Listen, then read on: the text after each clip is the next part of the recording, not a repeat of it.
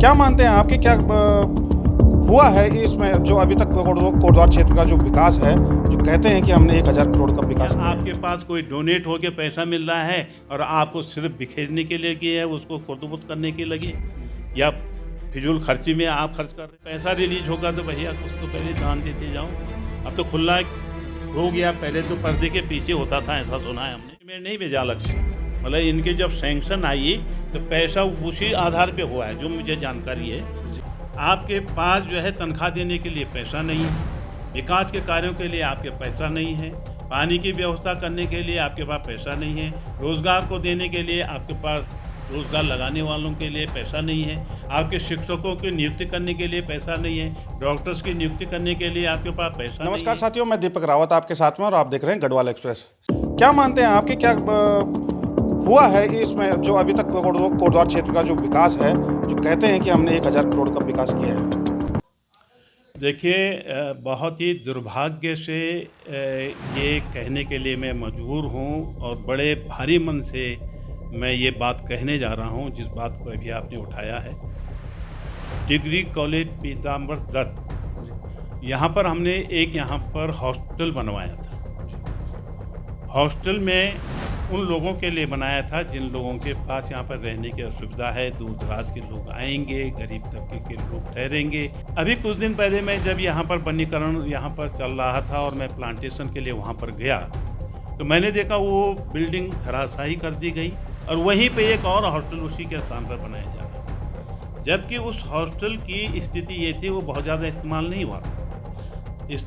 हुआ था। उसकी कंडीशन हो सकता है क्योंकि रंग रोगन उसमें नहीं किया गया हो और जो मेंटेनेंस 5-7 साल के अंदर होना चाहिए बिल्डिंग का वो भी ना किया गया हो, तो उस मेंटेनेंस के बजाय उन्होंने जो है उस पूरी बिल्डिंग को ही धराशायी कर दिया, सिर्फ इसलिए कि वहाँ पर नेम प्लेट लगाया जा सके और नया भवन बनने के लिए वो आ गए।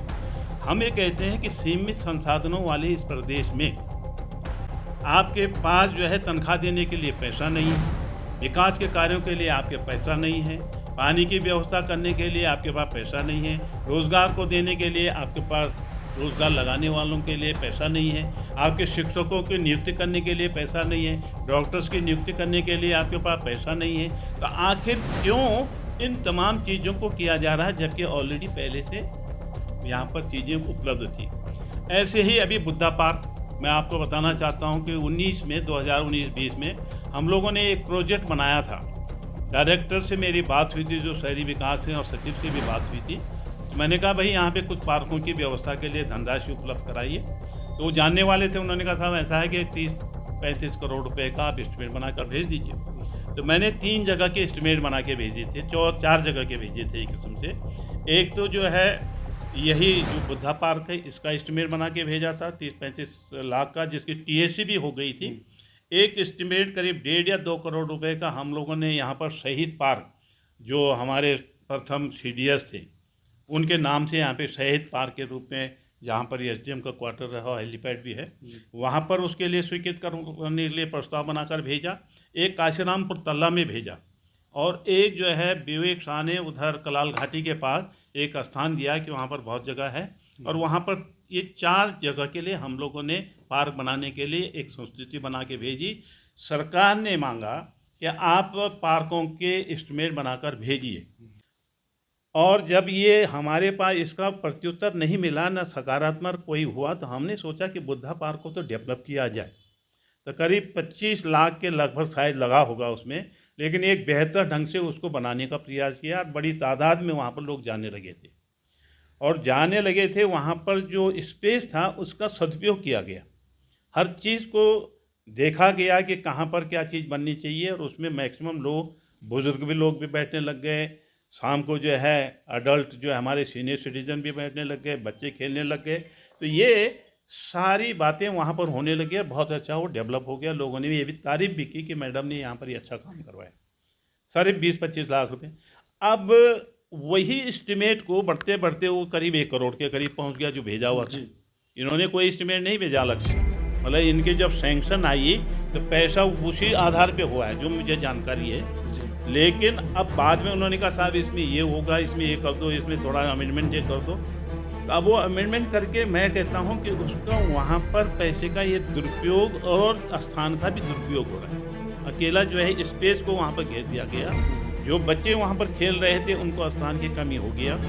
जितनी चीज़ें वहाँ पर स्थापित थी उससे कमी होंगी, क्योंकि स्थानों पे उन्होंने कहीं गेट बना दिया, कहीं कुछ बनाने का प्रयास कर रहे हैं, सिर्फ नाम प्लेट बदलने के लिए कोशिश है, या यूँ कहिए कि उस पैसे को दुरुपयोग करने का एक प्रयास है। जैसे इस समय जो सिस्टम चला आ रहा है ऊपर से नीचे तक कि भाई जब पैसा रिलीज होगा तो भैया कुछ तो पहले दान देते जाओ।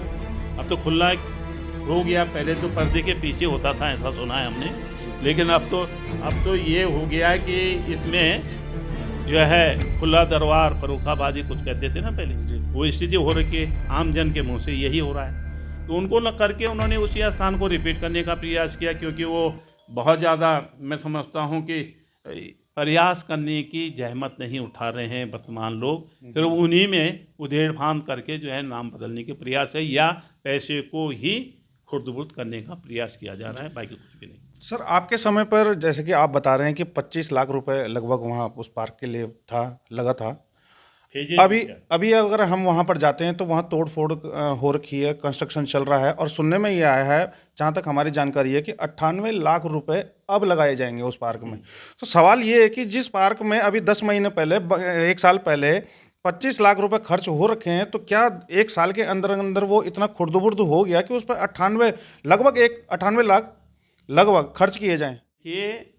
ये ऑडिट का एक बहुत बड़ा मसला जो आपने बहुत बारीकी से समझा, जी, इसलिए मैं आपको जवाब दे रहा हूँ कि ऑडिट का प्रश्न है। अगर नगर निगम से ये पूछा जाए कि आपने जो 25 लाख रुपए पहले खर्च किया था, क्या उसको तोड़ने के लिए किया था? आखिर उसकी लाइफ क्या थी? आखिर उसको कितने समय तक चलना था? या आपके पास कोई डोनेट हो के पैसा मिल रहा है और आपको सिर्फ बिखेरने के लिए किया है, उसको खुर्द-बुर्द करने के लगे, या फिजूल खर्ची में आप खर्च कर रहे हैं? वैसे संसाधन यहाँ पर नहीं है। अगर आप कहेंगे कि कहीं टॉयलेट बनाना हो, कहेंगे हमारे पास पैसा नहीं है। कहीं पे कहीं सड़क बनानी है, आप कहेंगे हमारे पास पैसा नहीं है। कहीं पे जो है कोई नया डेवलपमेंट करना है, कहीं पे चौराहे पे जो है खूबसूरत बनाना है, तो आपके पास पैसा नहीं है। लेकिन उस स्थान के लिए पैसा है। अगर हम थोड़ी देर के लिए ये भी मान लेते हैं कि सरकार ने, यानी निदेशालय ने जब शासन को भेजा होगा प्रस्ताव, है वो पुराना ही प्रस्ताव, वो बढ़ते 98 लाख के करीब हो गया होगा, जैसे आप बता रहे हैं। लेकिन क्या नगर पालिका के वर्तमान बोर्ड से मेरा मतलब है, इसमें नगर आयुक्त भी आता है जो शासन का प्रतिनिधित्व होता है, और जो नागरिकों का प्रतिनिधित्व करता है वो मेयर भी होता है, पार्षद भी होते हैं। ये बात उठनी चाहिए थी कि आप वहीं उसी के पीछे क्यों पड़े हो? आखिर इसका ऑडिट ऑब्जेक्शन होगा तो क्या होगा? और ये सरासर उल्लंघन है एक किस्म से।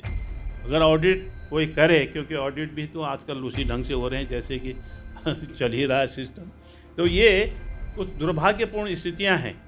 इसका मतलब ये हो गया कि आपको या तो समझ नहीं है, या फिर आप नहीं करना चाहते हैं क्योंकि आपकी दृष्टि कहीं और है, या फिर आप जो है ये नहीं जानते कि मित व्ययता के माध्यम से कैसे जो है बड़ी सरकार को छोटी सरकार को चलाया जाता है।